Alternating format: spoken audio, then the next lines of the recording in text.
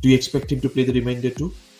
Uh, Arshdeep Singh to come back into the side. Is Ravi Bishnoi your man to be replaced? Varun Chakravarti versus Liam Livingstone is my first bet. I think Varun Chakravarti is definitely currently now the number one spinner for India in terms of T20 format. Ahead of Kuldeep Yadav, maybe?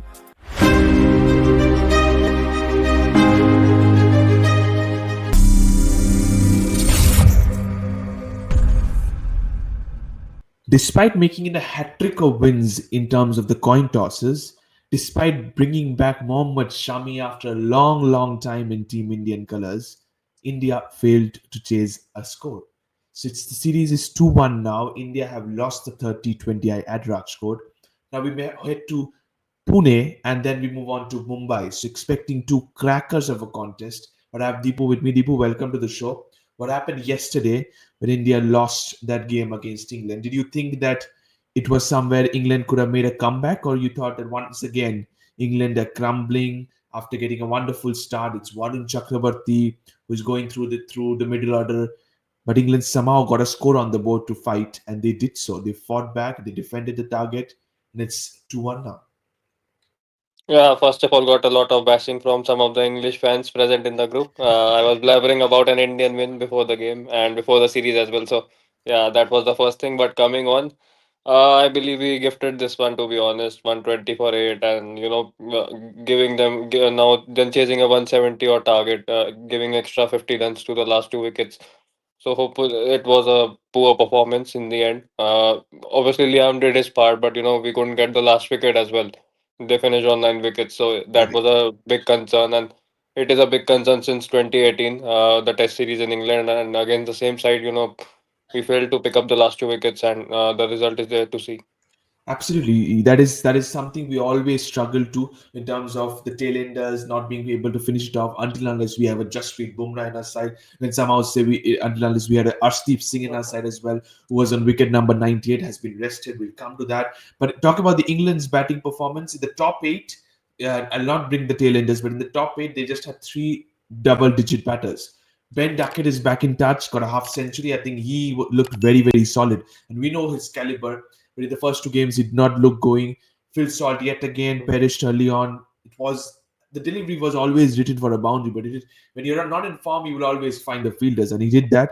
But Josh Butler, we thought when Butler was removed, we thought that's the end. That should be the end, and England might just bundle out for 120. But Liam Livingstone stood up to the occasion, and he smashed a few big runs. So, your thoughts on the players that scored runs, and then we move on to the ones that struggled. Liam Livingstone, first of all. Yeah, I think he played really well, wagging with the tail and managing with the tail as well. Even though Adil Rashid is no muck with the bat, but this Absolutely type of a knock was needed from Liam Livingstone, especially what a tough run of form he had in the first two games as well, and before in the SA22 he was not doing much for the Pretoria Capitals, so correct. he needed this run and he got it today. Even though before his knock started, he was struggling to time the ball. It was against the Bishnoi over, I think. He smashed three Yeah. sixes, so just He got him scored going and 43 runs, did a full and run out. which Yeah, included five maximums. We know how big he can hit those, but five maximums, and all of a sudden India started getting frustrated. Though he yeah. got out, but it was the likes of Mark Wood and Adil Rashid scored 10 crucial runs, both of them, and took the side to a competitive total. And that's where we come into the others. And talking about somebody who's complained the conditions, all of a sudden smoggy conditions. Harry Brook yet again got knocked over by a spinner. Thoughts on him? Because that's not good signs if you're a Delhi Capitals fan, to be honest. Because if he's struggling with smoggy conditions at Kolkata, he's for sure will struggle with the pollutions at Delhi. The blame game is always consistent with the English army, and also with the Australians. Not to forget them. It's a big concern not only for me but for you as well, given that we support the same side. Uh, yes, you called it correct. If the smog in Calcutta, he's blaming that. So what will happen when he comes to Delhi in mid Absolutely. March? So yeah, he needs to rather focus on his game and his foot movement instead of blabbering about the conditions. That okay. There is pollution, there is something, there is blah blah blah. So yeah, it's better that he better gets his footwork right, better reads the ball out of the hand instead of making controversial comments and then to get rolled back. Absolutely. That is something he needs to focus. Let the bad do the talking is what I think and we have always said when it comes to cricketers. But we saw a loud roar when it comes to Surya Kumar Yadav at the toss when he announced that Arshdeep Singh is rested. and Mohammad Shami is Yeah. back, and we saw the crowd getting on their feet. Mohammad Shami, though he was wicketless, we saw the rhythm was there, but the pace was not up to the mark. Absolutely understandable. Was wicketless in the 30-20 Do you expect him to play the remainder too? Yeah, definitely he should. He should because given that we have the one day format coming up soon, and there will be 10 over quota over there, so it's better that he gets some overs under his belt, possibly four, all four in the next two games, 8 overs in total. It will get his body warmed up for the ODI series and definitely then for the Champions Trophy. So it's important that he plays from here on and every game possible. Okay. Not even a rest should be given to him because we need him fully fit because obviously Bumrah's condition we don't know what's the condition. The scans have gone to New Zealand. We have to Mhm. wait for him. So at least Shami should be fit before 19th. Absolutely. Shami should be fit. You also have Arshdeep Singh, who is looking in good song. At least have them fit. We don't know what happens with Jasprit Bumrah. But talking about the conditions, it said it's going to be a batting paradise. The bowlers will have a tough competition. But there comes a mystery man. 4 overs, 24 runs, 5 wickets. Varun the mystery Chakravarti. I think nobody's getting to pick him in the England side. Yeah, he's a tough guy to take on, given that what impact he had for KKR and that something as he has channelized into his India colors as well. Obviously, all credit to Gautam Gambhir as well for mentoring him and the way Surya is handling him. Especially, we didn't thought that he'll be in the scheme of things after the World Cup as well. So yeah, it's something great to see what he has achieved for India. Hopefully, I would have been more happy had been in a winning cause, but yes, he's becoming an important asset for us. And yes, currently on this basis, he is the one man army at the moment. Even in Chidambaram, if you take out his spell, we could have lost that game. And obviously Tilak Verma has heroics as well, but still, I think he is the one man army, and he is doing a fantastic job for us. Absolutely, he's doing a fantastic job for us. Not to take into account the likes of Akshar Patel and Washington Sundar played in the first innings as well with the ball.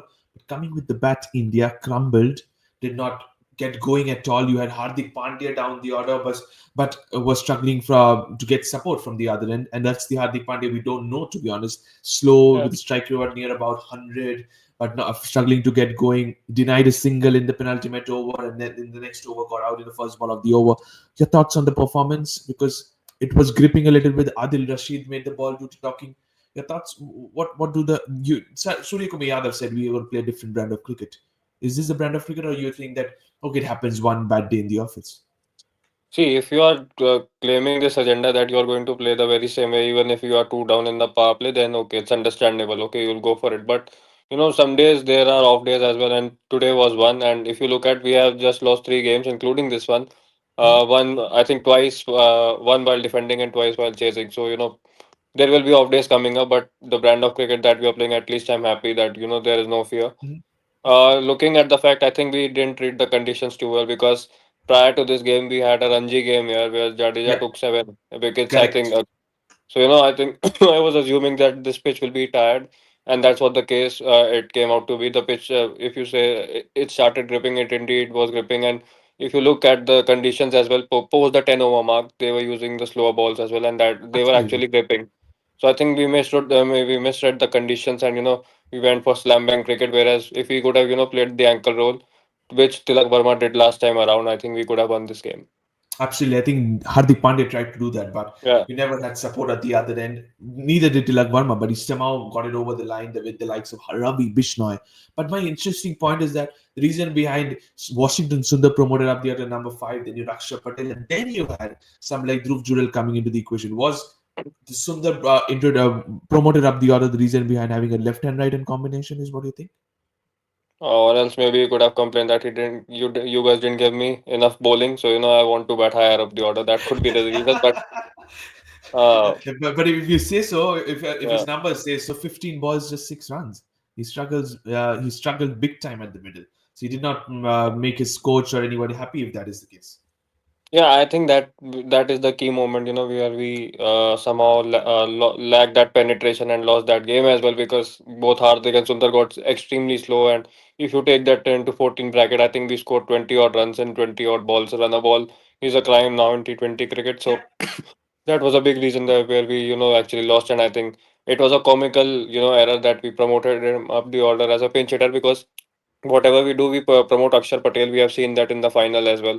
back in Absolutely. 24. So, I was expecting Akshay to come up instead of Sundar. These errors can happen, but when you are preparing for a home World Cup, you can make such errors, so that you can prepare yourself for the future. So yeah, not much to talk about it.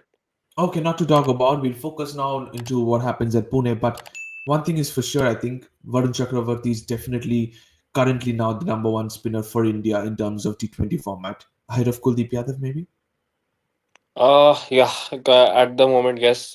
Two reasons for it. I think obviously the ball is coming nicely out of his hand, and given that he's more of a psychological kind of a guy, who's more of emotional and needs that backing, so he's getting that, and he's getting that in the right way. So yeah, he's definitely in his elements, and the second reason being that Kuldeep is just coming after a knee injury. Yeah, Similar to what Chami had, he has just made a comeback, and Kuldeep, he'll be playing Ranji Trophy, so we need to see how he bowls over there as well. Yeah, absolutely. on that basis, I think Varun is the top spinner at the moment. Okay, so you're saying at this moment, Varun Yeah. Chakravarti is the top for Team India in the T20I format. Fair enough. But if we move on to now Maharashtra, which is Pune, that is going to be hosting the 4 T20. We know what that surface, Mm. that condition zone is like. It's going to be an unfestival contest. Similarly at Wankhede as well. Toss factor becomes crucial. India won three back-to-back tosses. Can they make it four? If not, because you cannot rely on the toss, and you sometimes have to play according to the situation. I think Josh Butler led the side really well in the 30-20I. Players to watch out for now, Deepu. Talking about three players from both the sides for India. I'll once again go for Sanju Samson because he's in search for runs. Surya Kumar Yadav yet again is my number two in the spot, and Akshar Patel is my number three. For England, I'll go with Phil Salt. I think England will continue to back him. So Phil Salt is my number one. A little bit of smoggy conditions has to be come out of the way. Harry Brook is my number two. And I continue to say Jofra Archer is my third. For India, definitely Surya is there because runs are not coming. I don't know this knack of the senior players not getting runs under Gambhir. Correct. I want to break that jinx as well. So Surya comes up first. Uh, Definitely, Hardik comes second, both with the Okay. bat and ball. So Hardik, Uh, oh, that's what my question was. Yeah. Yeah, so he's second and third. I'll go with Bishnoi. I haven't liked him at all in this series. You take out all three games at Calcutta, he didn't got that much opportunity. Chidambaram, he was disappointing, even though the conditions supported him. And this one too was extremely disappointing. One wicket for 40 odd runs. So yeah, I want him to come back stronger from the So opponent if camp. you want, if you really want somebody like Arshdeep Singh to come back into the side, is Ravi Bishnoi your man to be replaced? It needs to be seen because I don't believe in going into a T20I without a wrist spinner. To be honest, we dearly missed him or any other leg spinner in the 22 World Cup. I think it was Yuzi Chahal over there. So whenever Absolutely. you enter a T20 game, it's a mandatory part that you play a wrist spinner, be it a Chinaman or be it a right arm leggy. So yeah, definitely he will be there, but Arshdeep is also important for us. It needs to be seen who they will replace for the fourth game. Absolutely. That is something that needs to be looked into Yeah. for India. But you said about the three players for India you've gone with. What about England? For England, I think Ben Duckett, once again, he's back in form. So I'm eager to see how he performs well at Pune. I was going to go for Phil Salt, but you have already picked him up. I'll go for Jamie Smith. He Okay, yeah. Even though he pulled up, but I believe he'll be fine to go. He's an exciting talent. They made his debut in the second game, so yeah, he's good to go. And Brighton Cars will be my third pick. I want to see him again with the bat and with the ball as well. So yeah, these will be my three picks from England. Okay, so yeah, three players from England have been picked, so fair enough. Moving into the battles to watch out for, I think if you talk about battles and Varun Chakravarti, it has to be all, to be honest, all, the entire middle order Yeah. for England. But I have to still choose one. I'll go for Varun Chakravarti versus Liam Livingstone is my first battle to watch out for. If Shami continues to play, I'll go for Mohammad Shami versus Ben Duckett coming around the wicket. And number three, I'll continue to say Mark Wood versus Sanju Samson is my third. Uh, I think I'll go for a Shami versus Butler battle. It is something Okay. which will excite me more. And second, I think I'll go with Varun versus Harry Brook, the Smogman.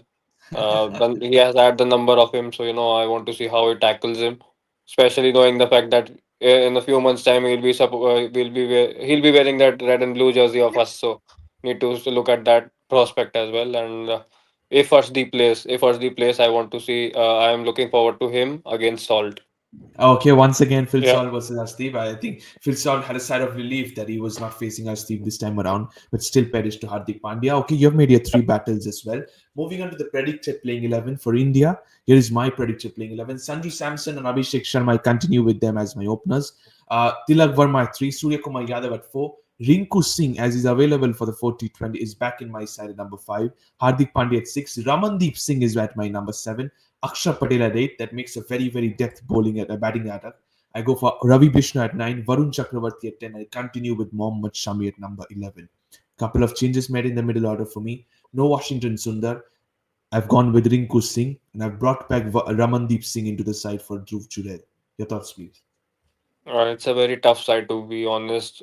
With a deep batting lineup, even though till number 8, I actually don't believe having a deep batting lineup till that number. If you ask me, yes, Rinku Singh definitely comes back because Dhruv Jurel at number 8 for me as a pure batter is of no use. Correct. Keeping a finisher, so yeah, Rinku Singh definitely comes back in. Obviously, if he's fit and available with that back after that back spasm. What I'll do is I want to include both Shami and Arshdeep because I want to see a Okay. pace strong attack at Pune, given that that it's a bouncy wicket over there. I'm Mhm. not expecting too much to a two pace or a slowish track at Pune. So I'll not pick Ramandeep. I'll instead go for Arshdeep Singh because he can offer a little bit with bat as well. So I rather keep my batting till number 7, and just the bowling begins at number 8 to number 11. So that will be my two changes. Rinku in for Jurel and Arshdeep comes back in. Okay, Rinku in for Jurel and Arshdeep's come back in. So you want Arshdeep and Sami both to play Yeah. together in your predictable 11. Moving on to England 11, they went with an unchanged side. I continue with an unchanged side for them. Ben Duckett and Phil Salt are my openers, and I think Phil Salt will continue to keep wickets until unless he still suffers from that calf injury. Josh Butler at 3, Harry Brook at 4, Jamie Smith at 5, Liam Livingston, Overton, Archer, Adil Rashid, Bryden Cast, and Mark Wood are the remaining bowlers. Looks a settled 11 to be honest.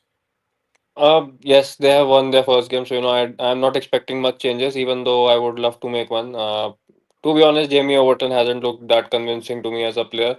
I would rather want to see Saqib Mahmood, given that Oh, finally his somebody mentioned that. yeah, his Finally, yeah. action can suit the Pune track and an order change. To be honest, I want to drop Ben Duckett at 3, and I want Josh to open because Josh as an opener is a beast compared to number 3. She said that So yeah. even after Ben Duckett has scored a half century. Yeah, I mean, for all-out attack, if England are looking for an all-out attack, it has to be from their captain. So I believe Butler is a better player as an opener as compared to number 3.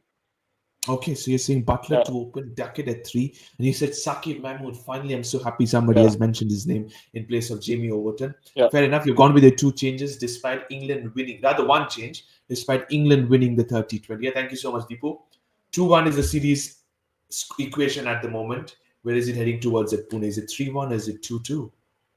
I believe it will be 3-1. We cannot afford it to 2-2 because England cannot be taken lightly, and if it goes to 2-2, it can be a big blockbuster at Wankhede, which I really don't want. I want the series to be sealed at Pune itself before because I want to see new players coming up for the final T20I. So yeah, on that Okay. logic, I want 3-1 at Pune. 3-1 India is what your Yeah, predictions is at Pune. Fair enough. Thank you so much, Deepu. Thank you to all the viewers for watching this video. It's India versus England, the 40-20I at Pune on the 31st of January. Sit back and enjoy that. Don't forget to subscribe to the Fifth Umpire. Press the bell icon as well. Thank you so much and bye-bye.